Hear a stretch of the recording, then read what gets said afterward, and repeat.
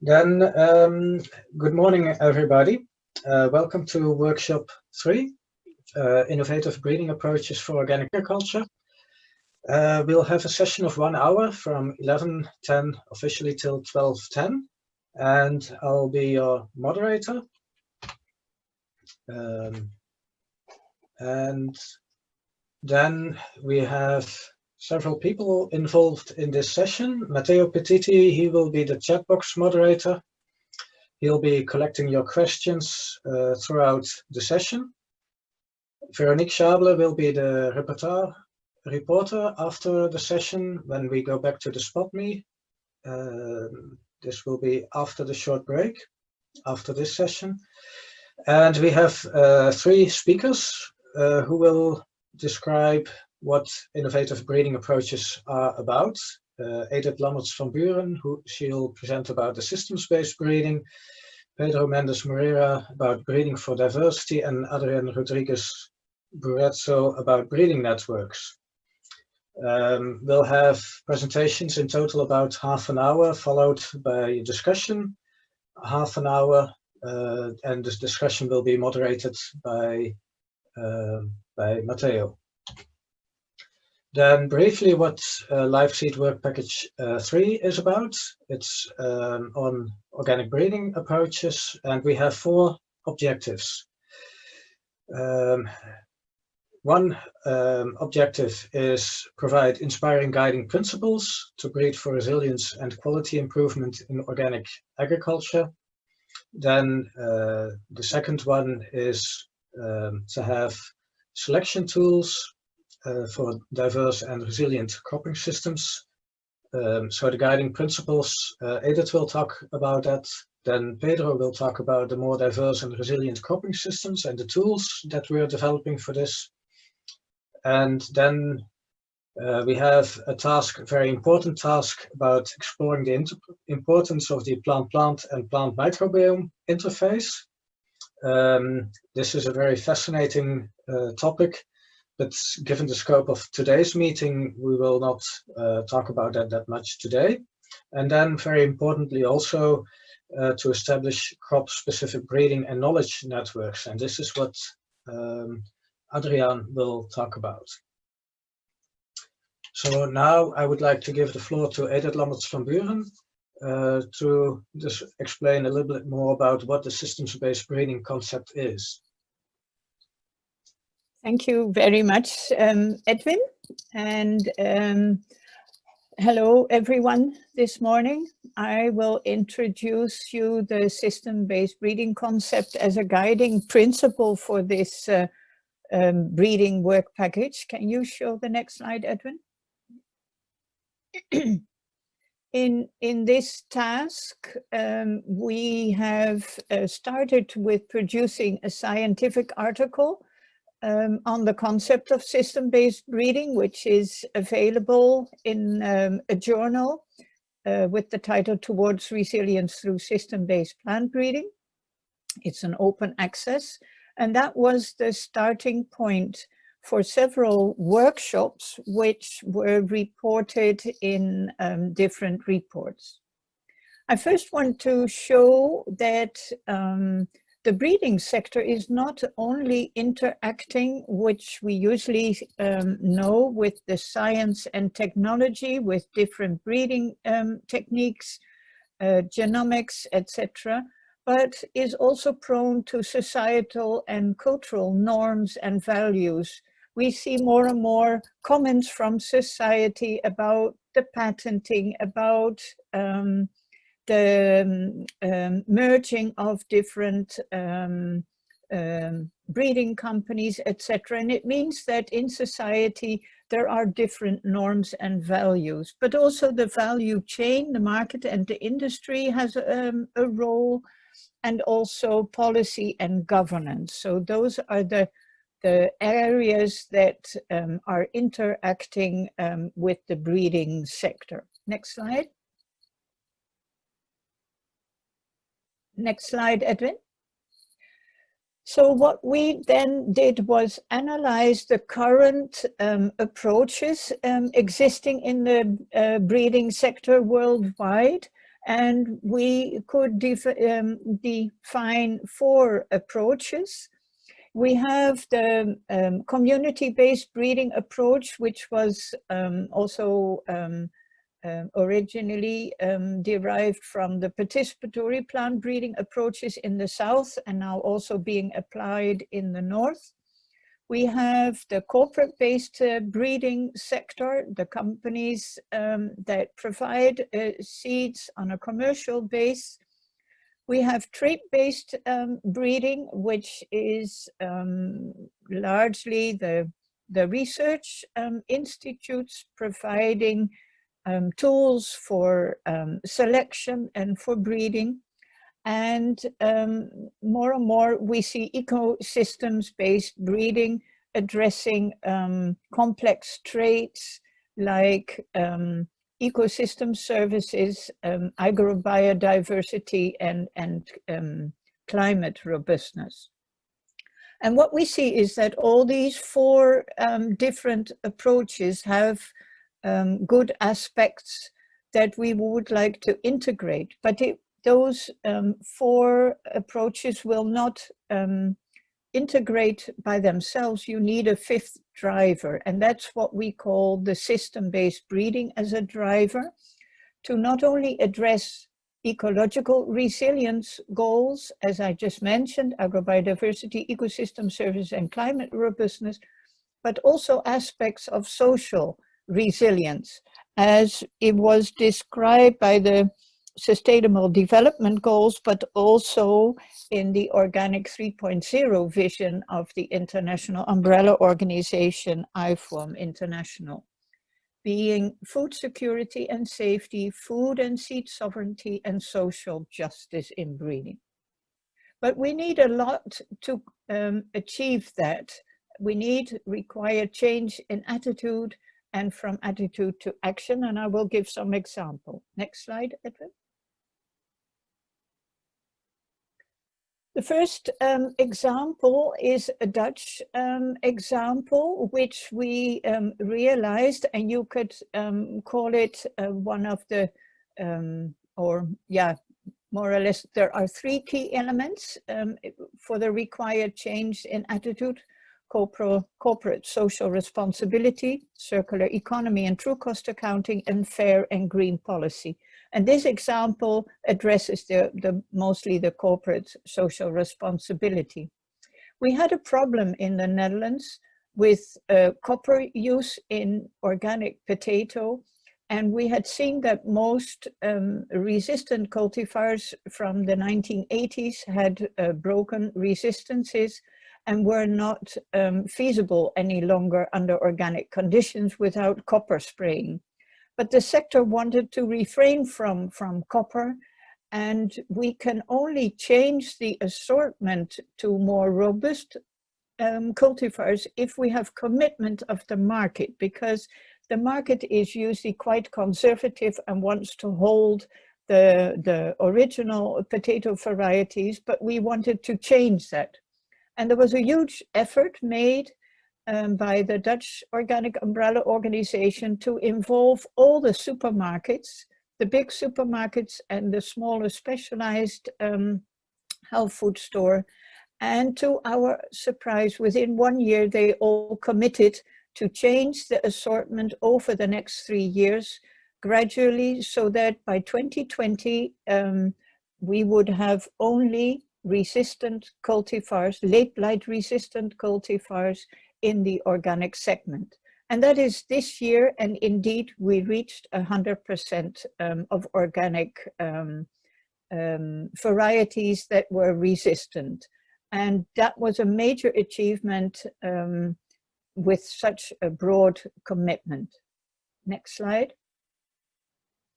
Another example for the required change in attitude is also the adaptation of fair and green policies to allow certain developments.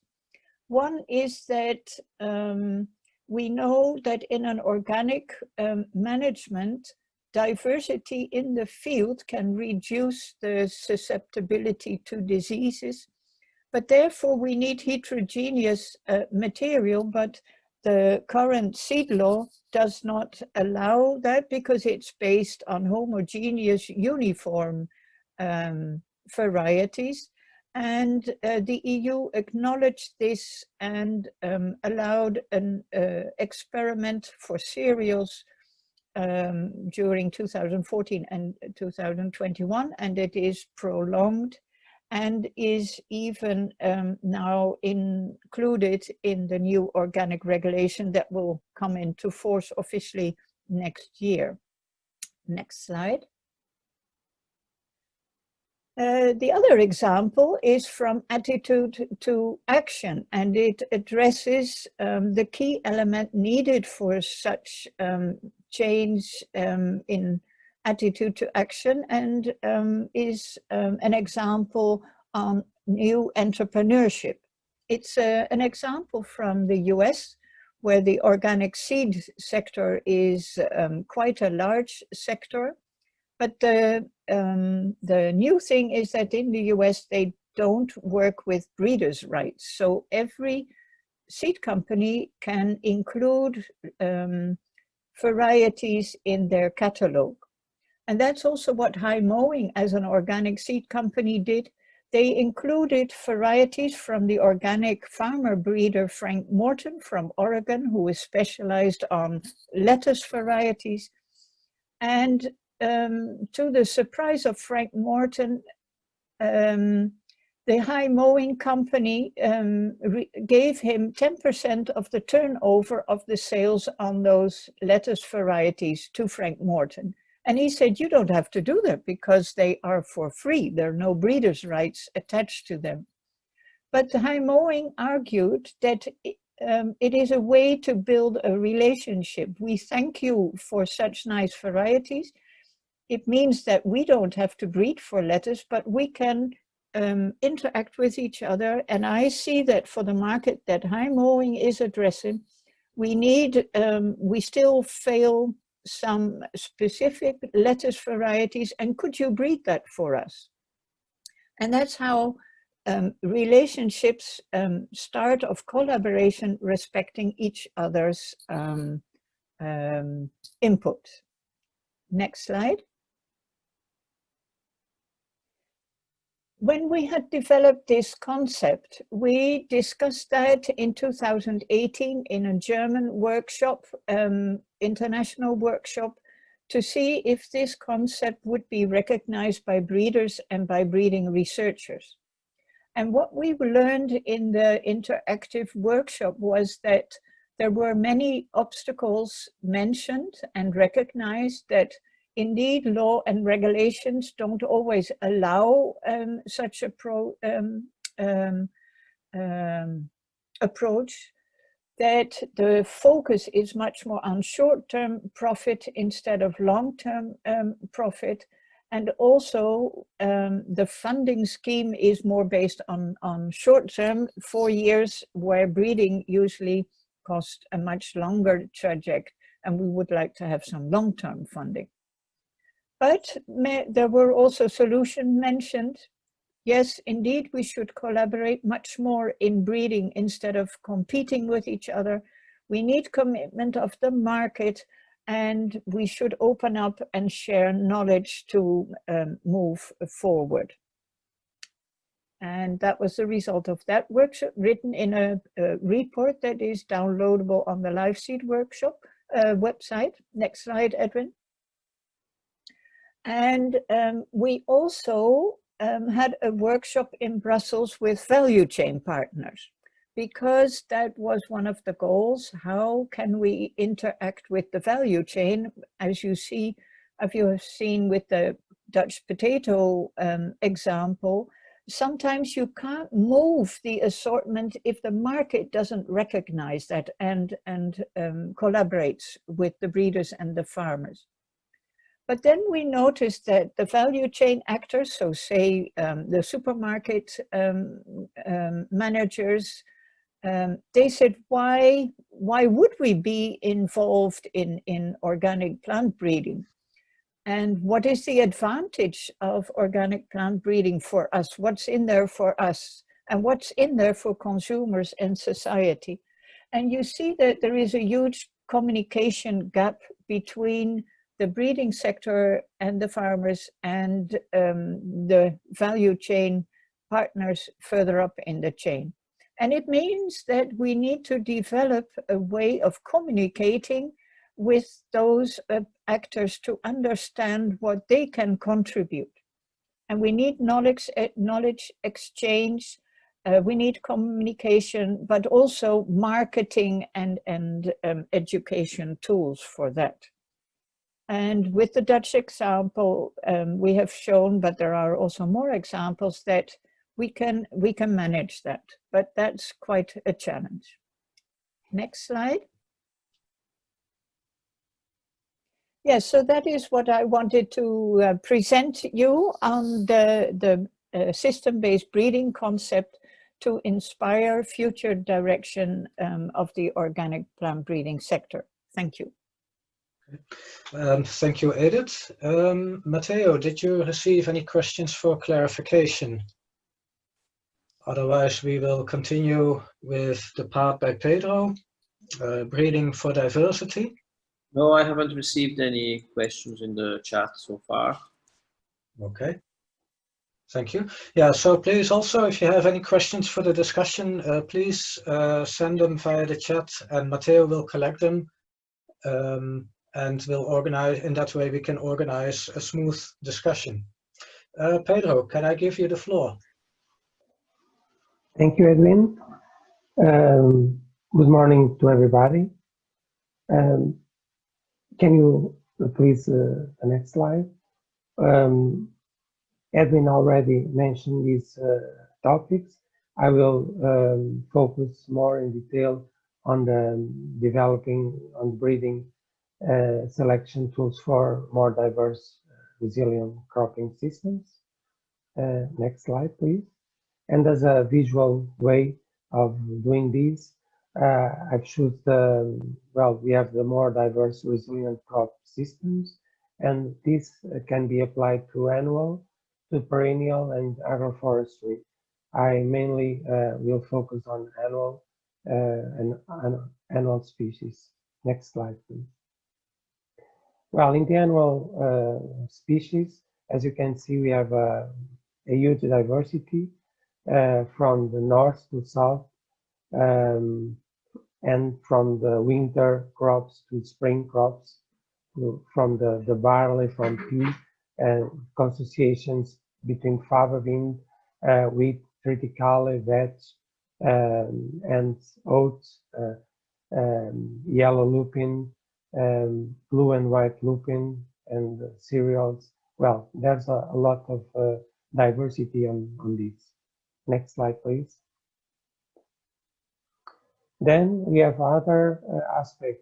The trial structure, it's different because we are many partners, 7 partners.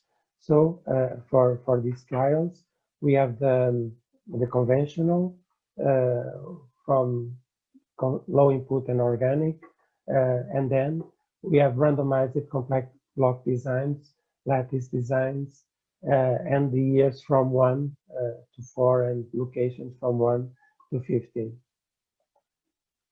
Next slide, please. Regarding the traits, we have the traits that are going from the interactions with agro ecosystems, from crop phenology and morphology, from product quality for which food system we are driving in, and the production and economic yield.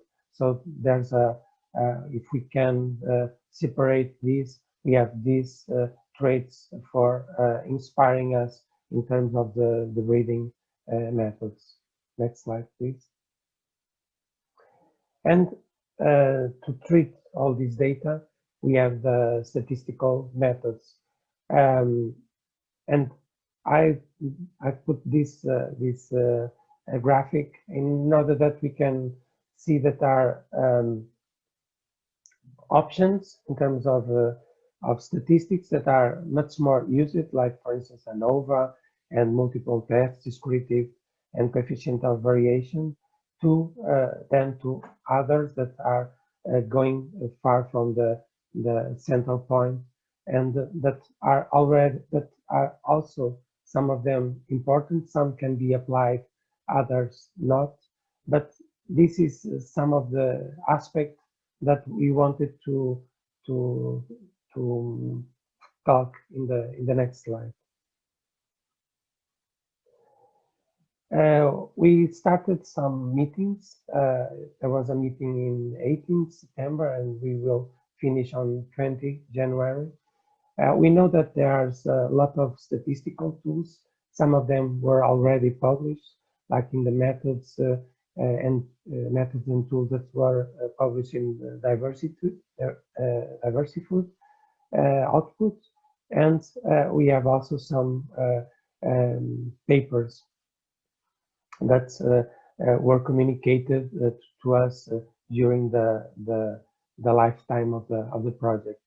But it's also quite important that we need to not only to know what is the options that we have, but fortunately with these meetings we have been able to do it, but also to see what is the smart and simple combination in tools that could give a good output.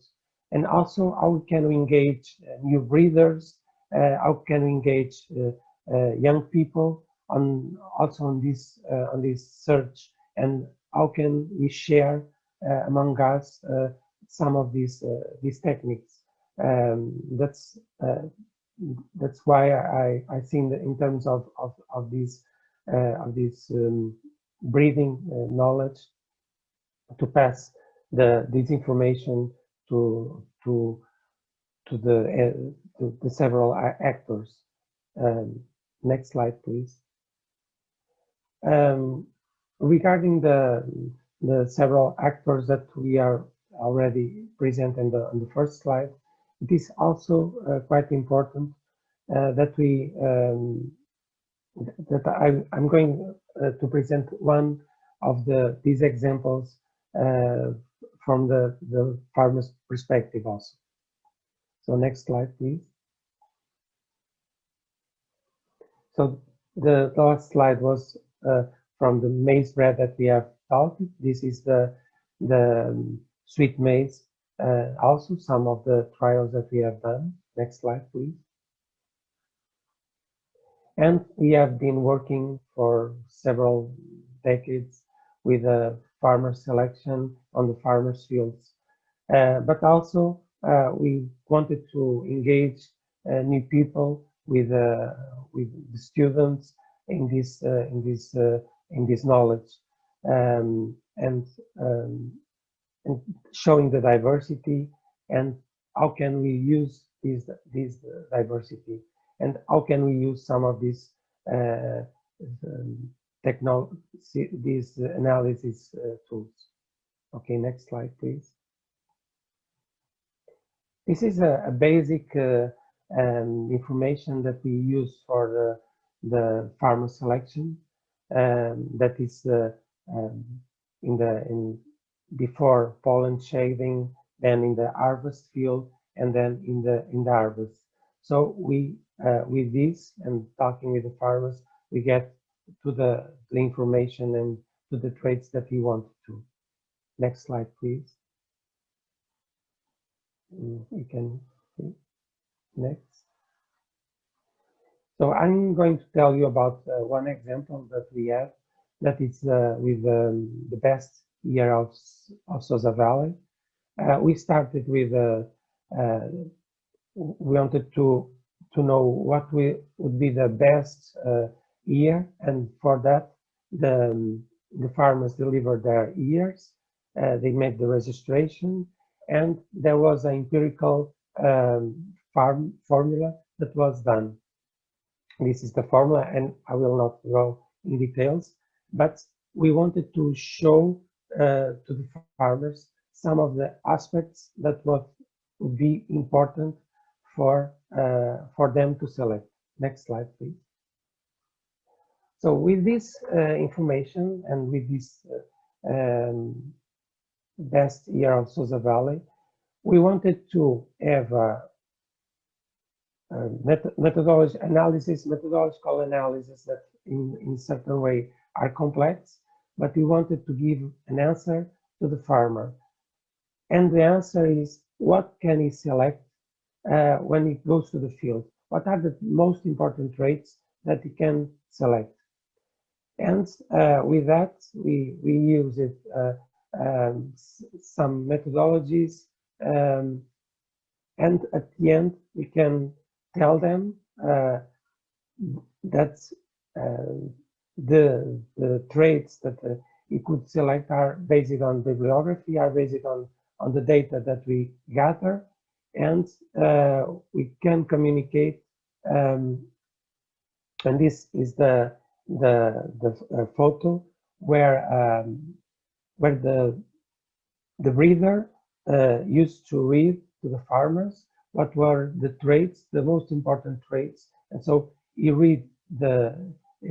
was reading what was the major length, what was the number of kernels, and what was the row number. So with this, we have a pedagogical tools. So with this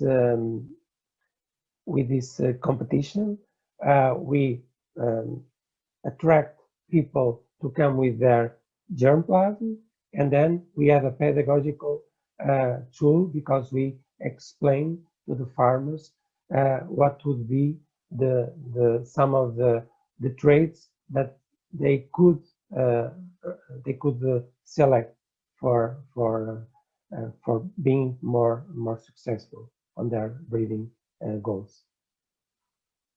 Okay, next slide. Thank you very much.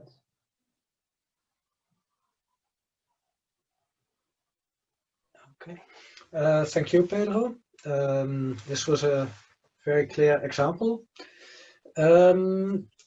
Matteo, did you receive any questions for clarification? No clarification question. We had a question which we will discuss later in the discussion part. And please, any question you might think of, just write them in the chat, and I'm collecting them and organizing them for the panelists and the presenters. Okay. Up to you, Edwin.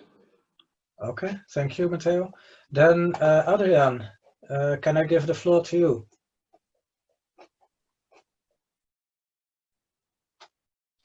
Adrian, can you unmute yourself?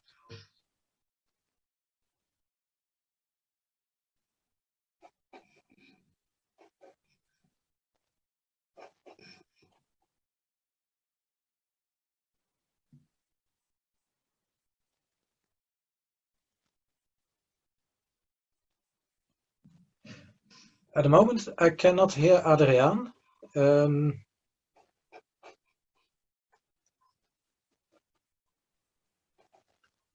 And I don't know whether we have okay. We are trying to solve this question, or this issue. So maybe still, Matteo, that as we are solving the issue, the communication issue with Adrian, that there are perhaps some questions for that can be asked to Pedro or to Edith.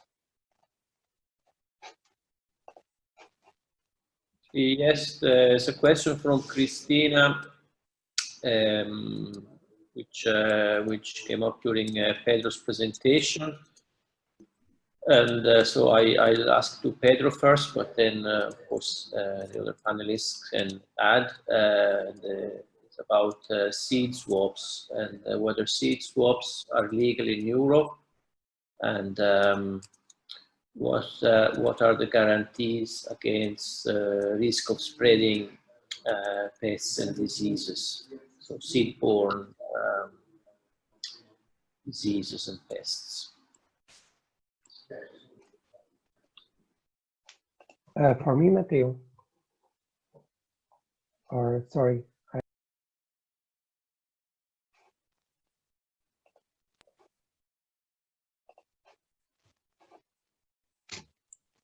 I think you can answer that, Pedro. Yeah, you have to unmute yourself, Pedro. I did, but there was maybe, okay. Generally, in maize, we don't have so much seed-borne diseases like in other cereals. So it's, and generally, some of the farmers that work with us, they work with a certain maize, and then they don't spread so much their seeds. They have sometimes their seeds. We use or they have their seeds, or sometimes they bring seeds from us or from other neighbor. But generally, we don't have, so there's not a big issue for us in terms of seed-borne diseases. Okay. I don't know if it was the question. Meanwhile, to solve the communication with Adrian, Nuria or Matteo, can you unmute Adrian? Adrian has to leave the breakout session and he will came back now. Okay. Okay. Okay, in the meanwhile, we have another question about lupin for human consumption. How relevant this crop can be as a food crop for human consumption. I don't know who would like to take this question while we are waiting for Adrian to reconnect. I think Edwin can answer that. About white lupin for human consumption, how far we are with that. I think in that sense, white lupin can be a very interesting crop. It can be an alternative to soy. It can be locally grown. I mean, in that sense, its origin is European, and it has, yeah. In that sense, although it has been traditionally grown in Europe, not much breeding has been done in lupin. So there may still be very much potential that we need to unravel, so to say, and that it can be potentially an interesting new crop. I see that now Adrian is back again, and hopefully we can now start with the presentation by Adrian. And I see him talking. And we cannot hear him, even though his microphone is unmuted. And that's very unfortunate, because in the preparatory phase before this meeting, everything went well. So we could hear Adrian talking. And so I think maybe what I can do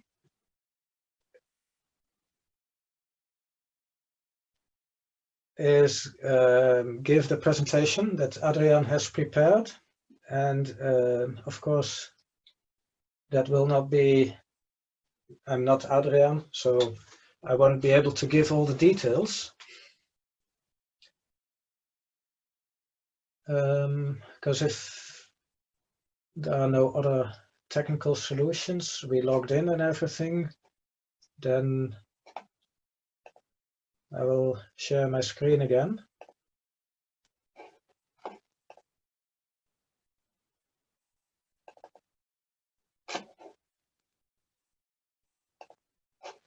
And then if meanwhile the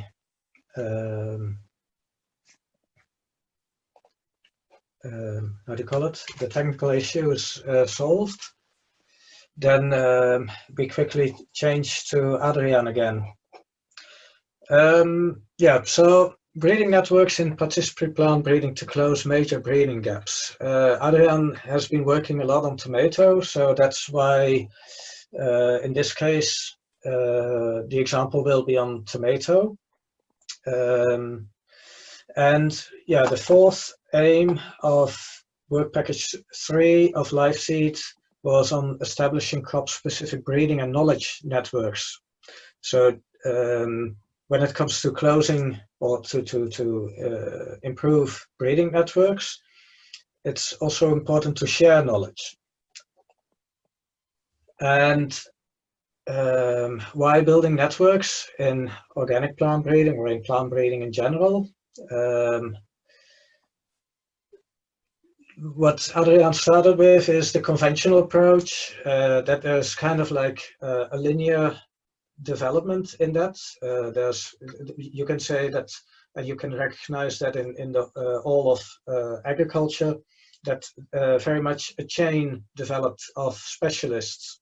So there are scientists and breeders who are specialized in breeding, and then the farmers to evaluate the pre-commercial varieties to see which varieties do well.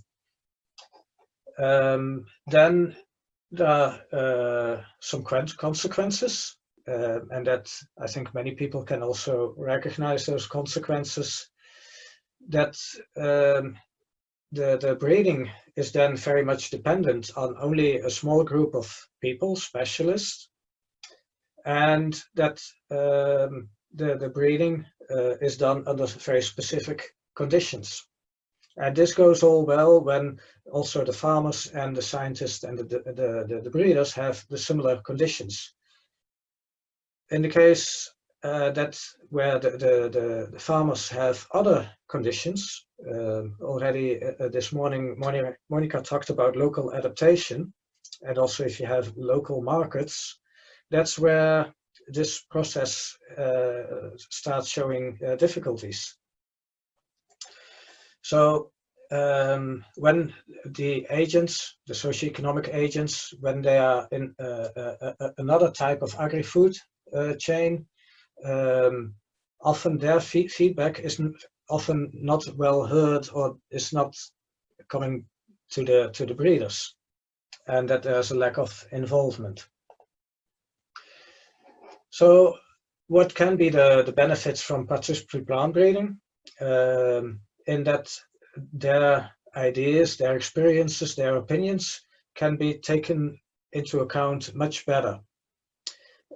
So in that sense, when, and this is particularly true for organic agriculture, where we are dealing much more with local adaptation, different local contexts, different socioeconomic contexts, different types of local markets, that when the farmers as agents in the breeding process can be involved, that also in that sense the local breeding aims can be targeted much more specifically.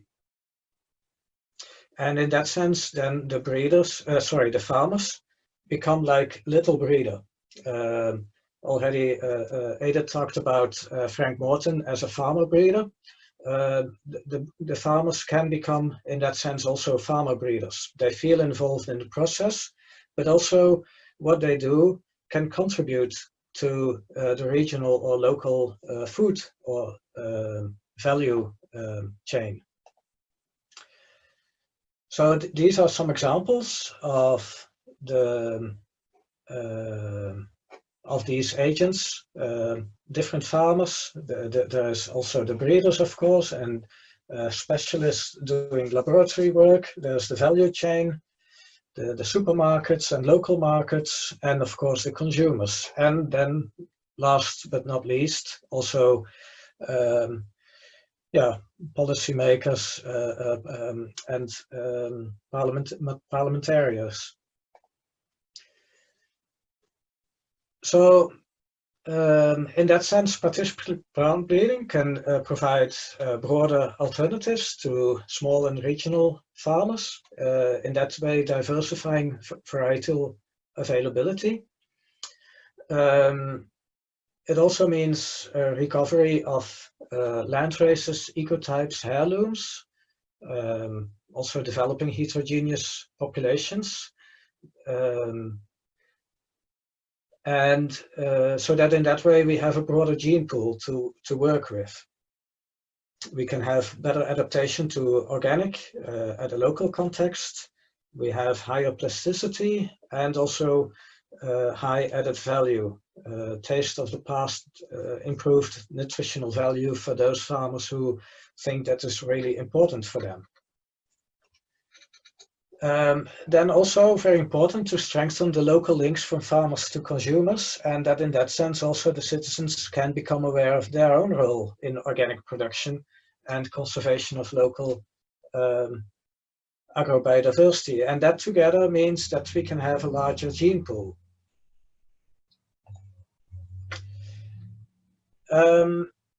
Yeah, then coming to LIVESEED Task 3.4. Here I need to speed up a little bit. So we have 5 different crops: white lupin, brassica, tomato, winter wheat, and apple. So in this case, we talk about tomato. And tomato is one of the crops, one of the vegetable crops in which most breeding is taking place. It's also the most important fruit vegetable, high added value. And when it comes to organic seed availability,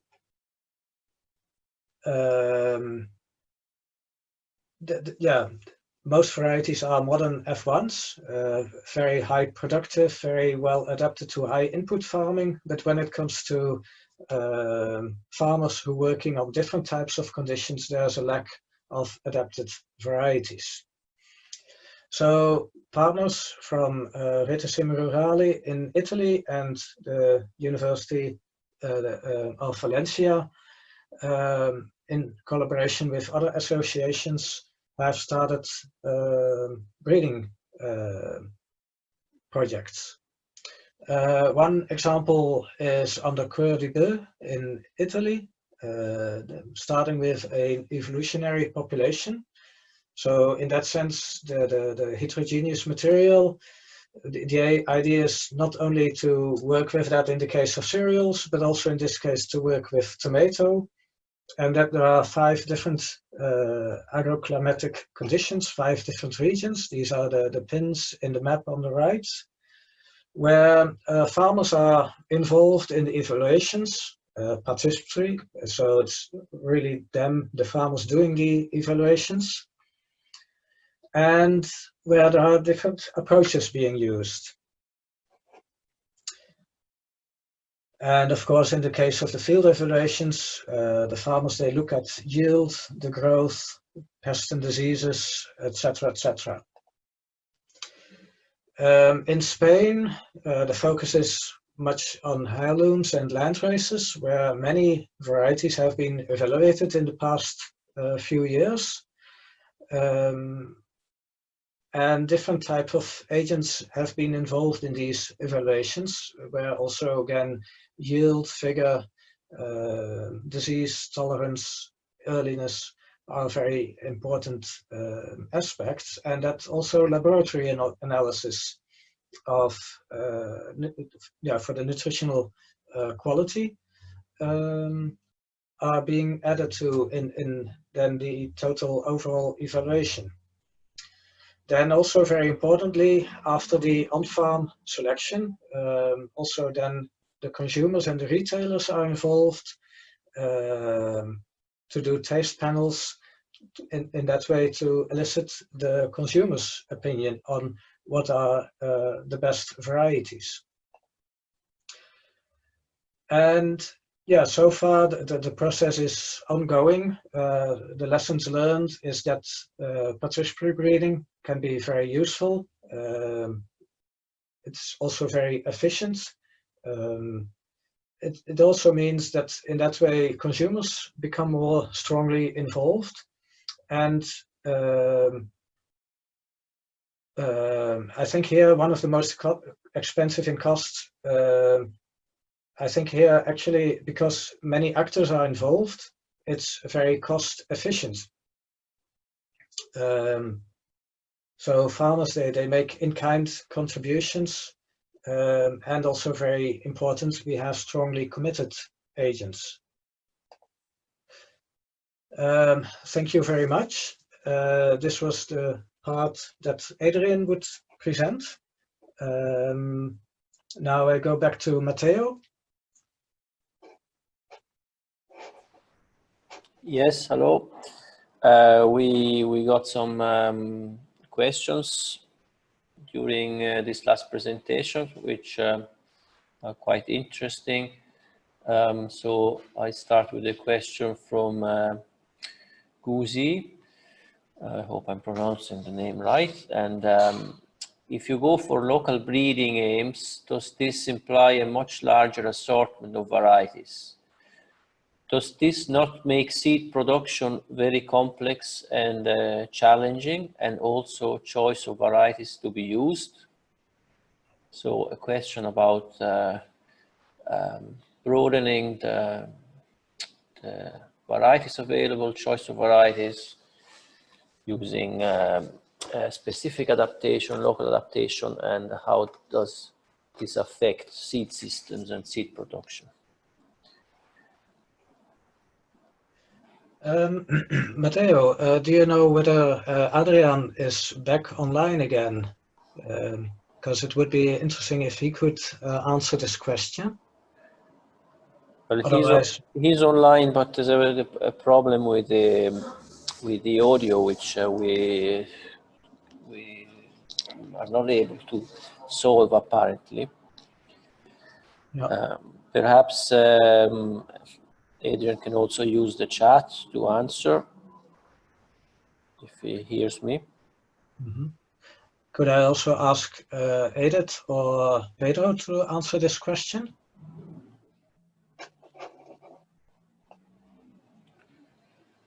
Maybe Pedro can first start from his experience with local plant breeding.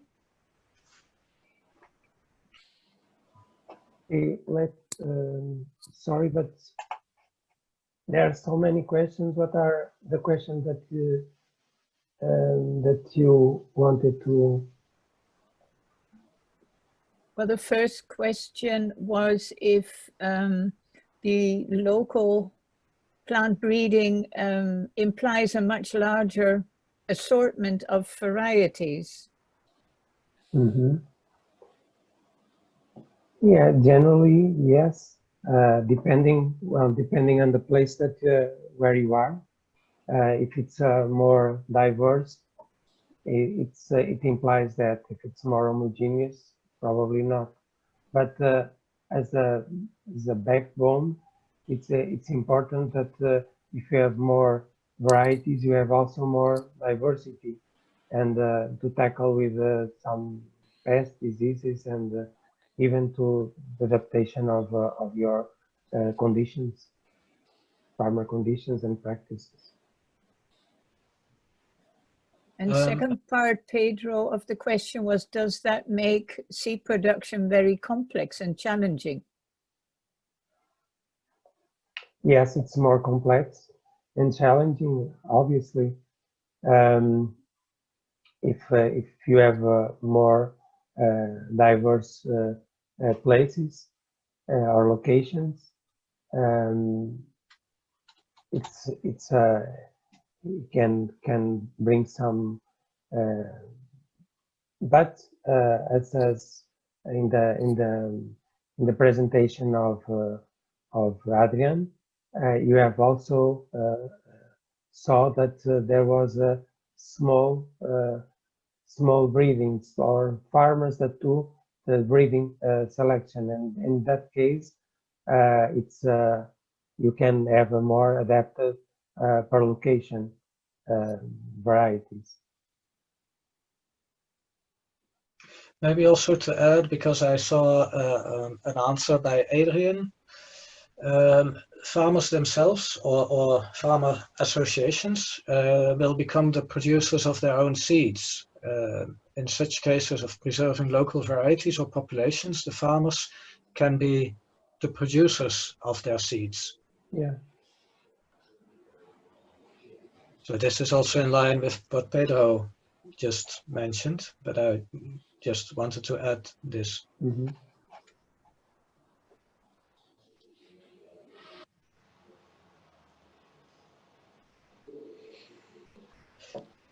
Matteo, did you have any other questions? Yes, while we are with Pedro, there was another question for him from Peter Kaiser. When compiling an instruction card for farmers, what to select and how to go about that?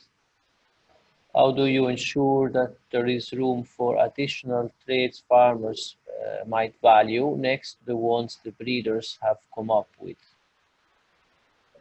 Okay, that's a very interesting question, and in fact, this is I'm in a place. Well, we have several places where we work, but the main place that I'm working, we are embedding on a tradition and a place where some of the knowledge by farmers that I work with, they know what some of the traits that are important for them. Some years ago, I did a survey with them. I put some of, for instance, some ears and asked to them to tell me what were the best, what was the correlation that they have in their mind from the type of kernel with the maize bread, the best maize bread. So there's some knowledge that are with them. So it's I can tell that these instructions are bidirectional. So it's not only that I'm talking with them, but also listening some of the cultural values and then check that if the values and that information makes sense. My role in this, well, that I think that it's very important is to also to indicate what the traits that the farmer should not use, because in some cases, if you for instance, if you select bigger ears but with a big number of, this means a big diameter but length, short length, this means that in the long term the yield, for instance, will decrease for the farmer. So this is important to inform him at once that if he wants to select certain traits, he will have problems in the future. Like, for instance, the ear insertion, the kernel type, well, some informations that are that could be important, and also regarding the stalk lodging. Also, if we have a very good ear but it's in the ground, we should not pick it, because it comes from a plant that had a problem with the stalk, and we wanted to select for a good stalk. So this is some of the information that it's really important to provide information to them. But other, it's we wanted to talk with them, and we wanted to know what are the main traits for them. I don't know. Yeah. Thank you, Pedro, for this answer. I think this was very clear and elaborate. Matteo, yes, there's one question from Cesar Gonzalez, and Adrian reacted on the chat, so I'll read the question first. The question is about the willingness from farmers to pay more, to pay a higher price for organic compared to conventional seed. Now, in the case of more varieties for smaller markets or specific environments with more challenging breeding and smaller volume of sales or smaller market, the price would increase even more. How does relates with the fact that organic seed are already more expensive? So what was discussed this morning from during what was presented by Monica during her presentation. So Adrian's reaction was saying if farmers become part of the breeding process for their own local varieties and populations, the cost of breeding would decrease. And I don't know if the other panelists would like to add something about this more socioeconomic aspect related to the market and the price of seeds. Maybe I can add something to that, because if something has been bred locally with collaboration of local farmers, they presume it will also create an added value because of being produced in the region. And if there are extra seed costs involved, I presume that also the market price of the product can be higher because of this added value, and then compensate for those kind of costs. Because it's also a question of how that regional variety can be promoted on farmers markets or local markets and being recognized as a local product, and for that show added value to certain groups of consumers.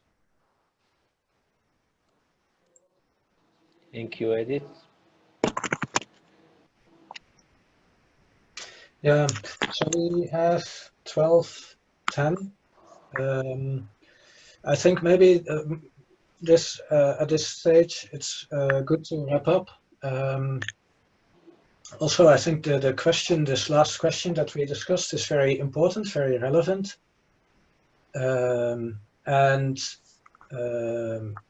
Yeah, I just got the message that we can continue the discussion in the discussion boards of the main website. So that means that you can go back to SpotMe and discussion can be continued there. We also will report back on this session. This will be done by Veronique Schable of INRA. And what I would just like to say is that the issues raised by Adrian and by Edith, also by Pedro, it means that with the new organic regulation, such ways of breeding will also be more possible. So in that sense, I think the new organic regulation also helps us to put such types of breeding on the ground and to make it realistic. So here you can really see a clear example of the relationship of breeding, practical breeding, and law and regulation, how they are interrelated. And this is also where Edith started her presentation with, how policy, also culture, technology, and the market, how they are all interrelated and how they together shape the breeding process. I would like to thank you all for listening to us. I would like to thank the panelists for their presentations, and Matteo, of course, for the moderation of the discussion. And I hope we'll meet again in the discussion boards at the main website or at another time. Thank you. Thank you. Thank you very much.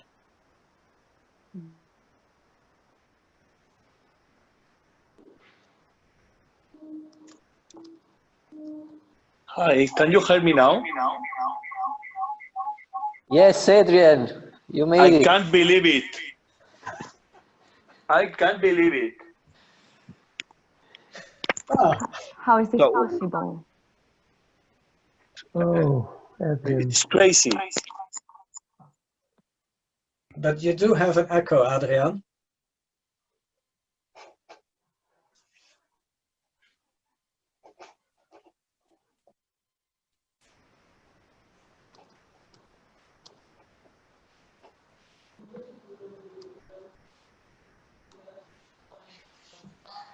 So did you figure out what was the problem?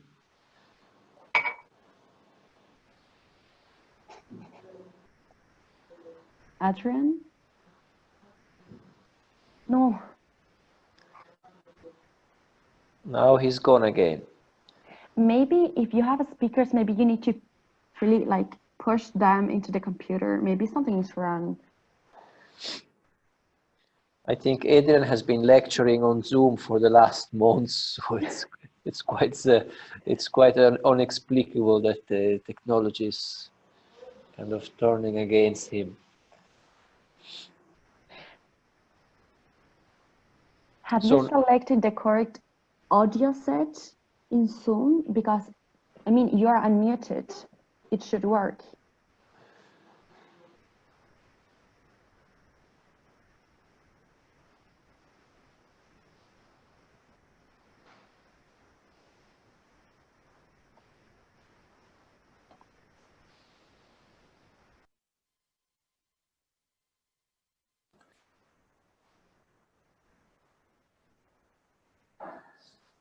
So now Veronique is going to do the reporting on SpotMe. Is that right, Nuria? Yes, it is right. So she has to exit Zoom and enter through StreamYard Exactly. as a speaker. Exactly. Yes, to the back end, to the green room, as we call it. Okay, Veronique, is everything clear with you? Did you manage? If you have any question, maybe Nuria can help you now. Alors oui, vidéo. Yes, I am working to prepare some slides about what we have said. So I am preparing one slide per presentation and then some main point of conclusions. I hope to finalize within 10 minutes. So I am working rapidly now. So we let you do it. Yeah, thank you. Yeah, and can you see the Google slides where I put Yes, the yes, yes. questions? Okay, Yes. so the ones that we answered are on a kind of a greeny or browny color. I'm not sure.